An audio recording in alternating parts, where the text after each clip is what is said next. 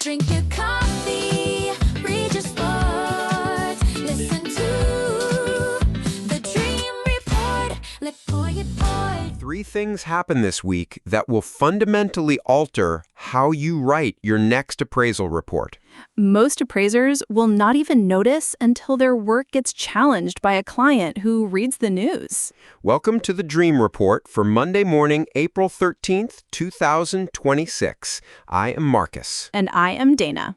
We are looking at a week where the ground shifted from 3 different directions at once. An auction house just became a formal appraiser, the Supreme Court rewrote your cost approach inputs, and the biggest equipment manufacturer on the planet finally opened the diagnostic port you have been locked out of for a decade. The lead story is the elephant in the room. Ritchie Bros, operating as RB Global, officially launched a formal appraisal services division this week.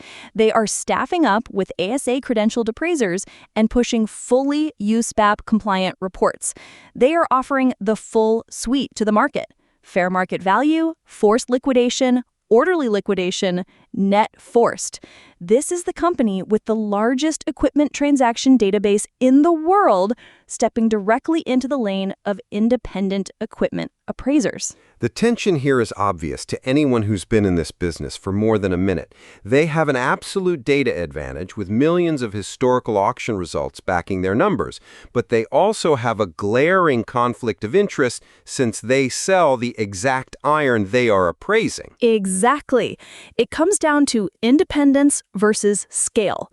Banks and major lenders are going to absolutely love this setup. They want a one-stop shop where they can get the valuation and the disposition plan in a single phone call. But litigation and estate clients are a completely different story. If you're heading into tax court or a messy partnership dispute, you still need an independent voice who does not have a vested interest in liquidating the equipment. The real conversation happening in the background is whether this commoditizes equipment appraisals or actually validates the profession. If a corporation of that size is investing heavy capital into a formal appraisal wing, it proves the demand for certified valuation is massive. We do not need to grab pitchforks over this development. Appraisers in the field just need to articulate exactly what they offer that an auction house cannot. You bring pure independence, specialized local market context, and actual client relationships that go beyond the transaction fee.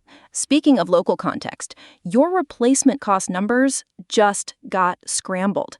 The Supreme Court struck down the IEEPA tariffs this week, sending shockwaves through the manufacturing sector. Right, and the Section 122 tariffs replacing them are coming in at significantly lower rates. Forvis Mozars is already putting out guidance saying refunds might actually be possible for overpaid duties. That is a massive shift for anyone pricing heavy machinery. This is not abstract trade policy for us. Every replacement cost number tied to imported steel, aluminum, copper, or fully manufactured equipment just changed overnight.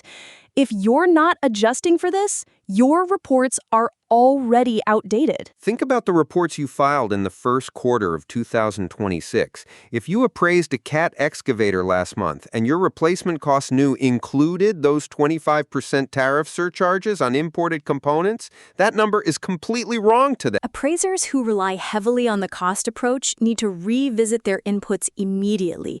If you are pulling pricing data from January or February to build your cost baseline, you are going to get challenged by anyone paying attention to the ruling. You have to strip out those old surcharges. The math changed entirely, and the market will adjust replacement costs downward to reflect the new Section 122 reality. The math is also changing on functional depreciation, specifically in agriculture. Deere finally paid $99 million to settle the right to repair case. That diagnostic software is now wide open to independent shops. For a decade, dealer-locked tractor with 5,000 hours appraised entirely differently than the exact same tractor maintained by an independent mechanic. Post-settlement, that gap narrows significantly. That premium is about to deflate fast. Independent repair shops can now verify the condition of a machine just as well as the dealership, removing the monopoly on maintenance history. Pre-settlement, a dealer-locked tractor with 5,000 hours appraised entirely differently than the exact same tractor maintained by an independent mechanic. Post-settlement, that gap narrows significantly. We also have to look at this alongside the pre-DEF equipment premium. Casey Seymour and Machinery Pete were just talking about this on the Moving Iron podcast. Older equipment built before diesel exhaust fluid requirements is still pulling a heavy premium because operators just want simpler maintenance. Yeah, you are tracking two competing forces now. The right to repair settlement narrows the dealer maintenance premium, but the pre-DEF reality widens the age premium. You have to account for both when you are looking at what a machine is actually worth. The broader macro numbers are just as volatile right now. WTI crude jumped 8.9% this week to $114 a barrel. That is going to squeeze fleet operators hard. You need to look closely at the operating expense lines in your valuations if you are doing going concern work or calculating economic obsolescence. Fuel costs are about to eat into profit margins across the board. We are also seeing Class 8 truck orders surging now that the tariff clarity is here. That means heavy used truck inventory pressure is coming down the pipeline very soon.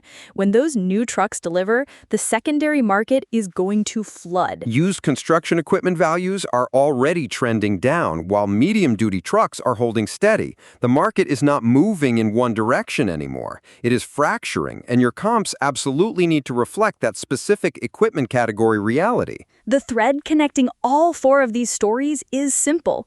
The rules that governed how you valued equipment last quarter are not the rules you will use next quarter. The biggest auction house is now your direct competitor. Your cost approach inputs just got rewritten by the Supreme Court.